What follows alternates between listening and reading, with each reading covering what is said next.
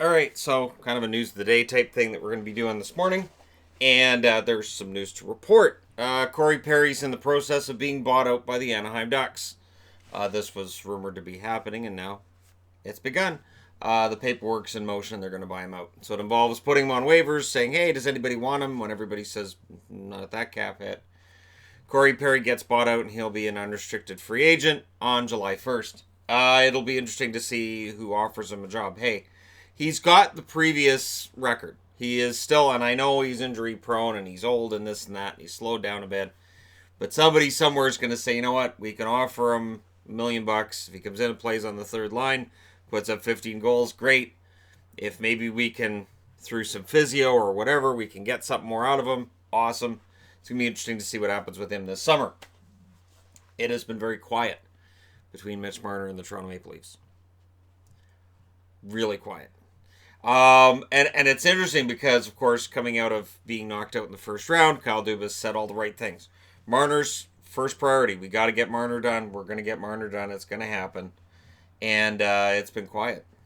So you know that they've negotiated, but right now it doesn't look like negotiations are taking place. And we're getting close enough to July 1st that Marner's probably like, all right. And Marner's asking price, rumored to be at $10 million or higher. And the Leafs, rumored to be in the $8 to $9 million range. It'll get worked out, whether it gets worked out via an offer sheet, which I don't think is going to happen, or whether it gets worked out later. The trick is this. There was a divide between Nylander and the Leafs that started right around this part of last year. The Leafs can't afford that with Marner. Marner is a superstar in this league. He is a guy who can score 100 points every year. He's got that level of talent. I know he hasn't hit that mark yet, but it's there. And so for the Leafs, they have to keep him. Absolutely have to.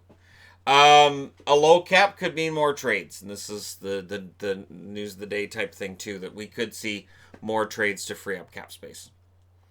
So for the haves and the have-nots, and this is why we have a league where there's so much parity, because you can't just get a whole bunch of really good players and keep them. You're going to have to move some to teams that don't have very good players, but they've got cap space. So it helps to keep that balance in place. This is how the salary cap's meant to work. So when you see a big contract like Kevin Hayes getting signed today, the salary cap means teams are going to have to move money around in order to make those salaries work.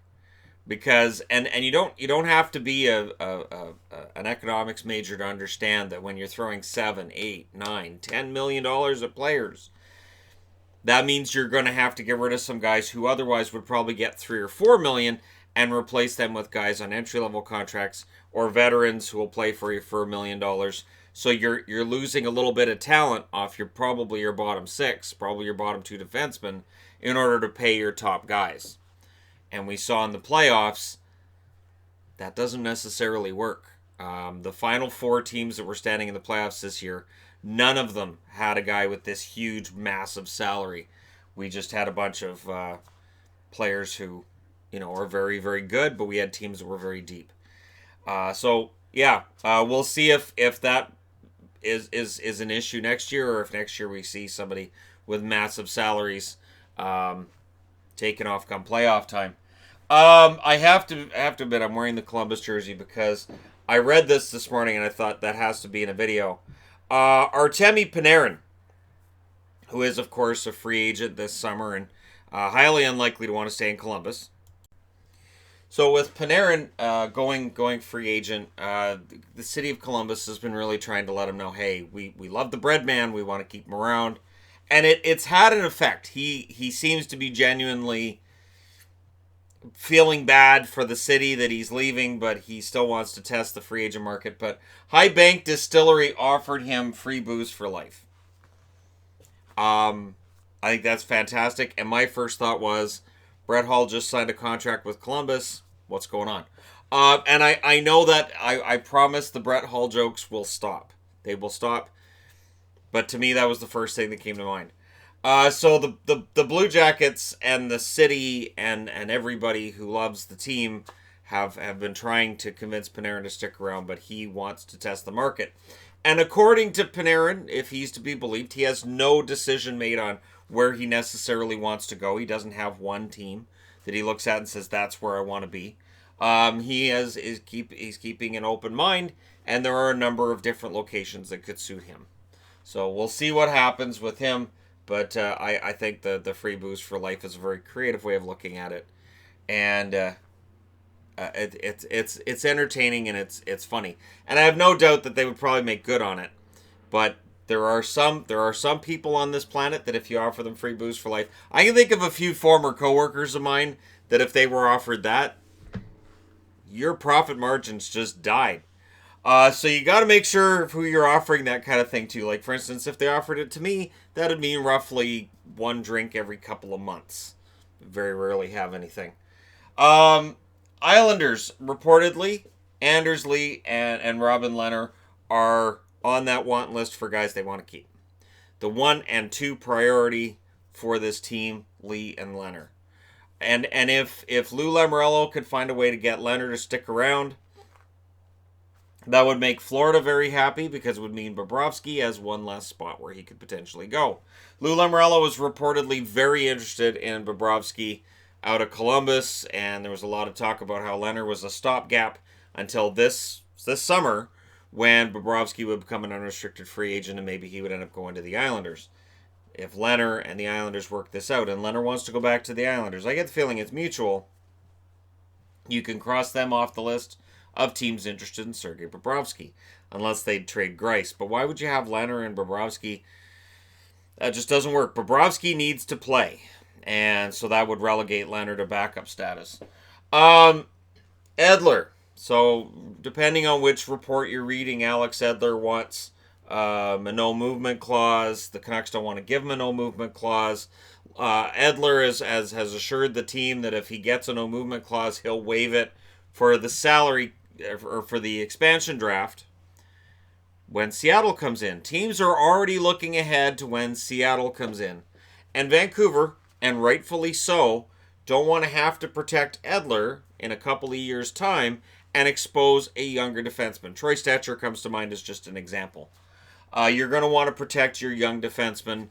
Here's the problem. So while the Canucks are offering him 2 years and he wants 3, and there's the no movement clause that's out there, my biggest problem from a fan of the team is this. Who do they replace him with? And when I hear like, well, they could just go get Gardner, well, they can go get Myers. Winnipeg might be making space to keep Myers, and they're kind of circling back on Myers. Do not assume that guys who are supposed to be free agents on July 1st necessarily will be, because there's still, 11 days between now and free agency where teams can sit down and work this out. Don't also assume that just because a guy's going free agent that you're going to be the team that makes the offer, because if the argument's going to be, well, the Canucks can offer Myers more and they can offer... I don't want to see a whole ton of money being thrown at Tyler Myers and losing Edler in the process. Myers is an excellent defenseman, 100%. Does not play anything like Edler. It's a completely different game. And my biggest problem with losing Edler, and I know he's injury prone and he missed a bunch of games last year, and the Canucks' record without Edler and Tanev last year was just as bad as you would think it was. They don't have the depth on the blue line to do this.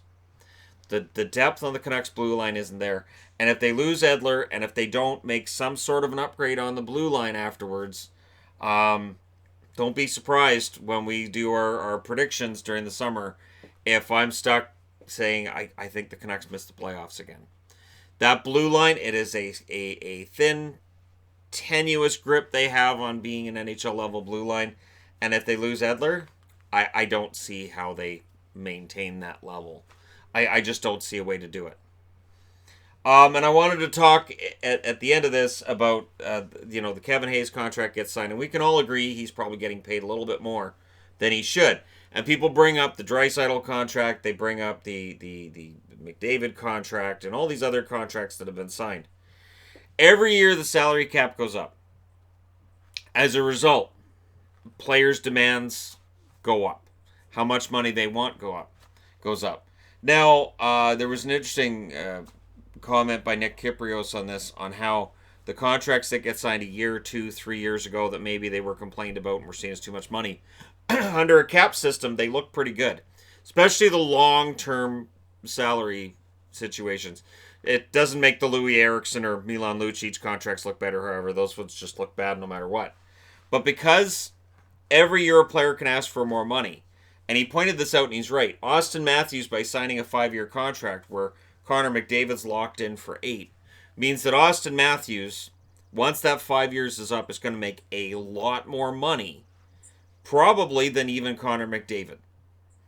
So this comparison of, well, this player is getting paid this much, when was it signed? So something I definitely will need to look at after we get done with the free agent frenzy on the 1st is where contracts are year by year. And, how much players were paid in each year, and compare it to the total amount of how much the salary cap was at the time they signed it. Because part of what we sometimes lose track of here is, what was the percent of the salary cap that player signed for at the time that contract was signed? What was the max contract allowed? People point out, like, oh, Sidney Crosby's getting 8.7. Crosby didn't give a huge discount when he signed it. He just signed that contract a long time ago. And he did give somewhat of a discount to Pittsburgh because he wanted to make sure they'd be able to put a team on the ice that could compete for the Stanley Cup every year. And there's arguments about players in Tampa taking less money than they otherwise would have made, but that comes down to taxes as well. So it's a whole conversation there to be had, but that's why we're going to see salaries go up. And don't be surprised when on July 1st we see Matt Duchene make, and rumors right now are it could be $9.5 million a year for Duchene, which to me is absolutely crazy. That's a ridiculous number, but we'll see what happens on July 1st. Let me know what you guys think in the comment section below. And again, it doesn't necessarily equal a lockout in a year's time. Oh, there won't be any hockey, because it shows that the economics are better and the league's making more money. Therefore, the players get paid. The reason we had the lockout in 2004 that led to losing an entire season in 04-05 is because the league was spending money it didn't have. Or, conversely, teams were spending money that other teams couldn't. So right now we have a system where technically all 31 teams can spend the same amount of money. They don't. There's a conversation to be had there. But there you go. Let me know your thoughts in the comment section below as always. Don't forget to hit like and subscribe if you're browsing your way through. You just happened upon this video, and thank you guys so much for watching. I'll talk to you again soon.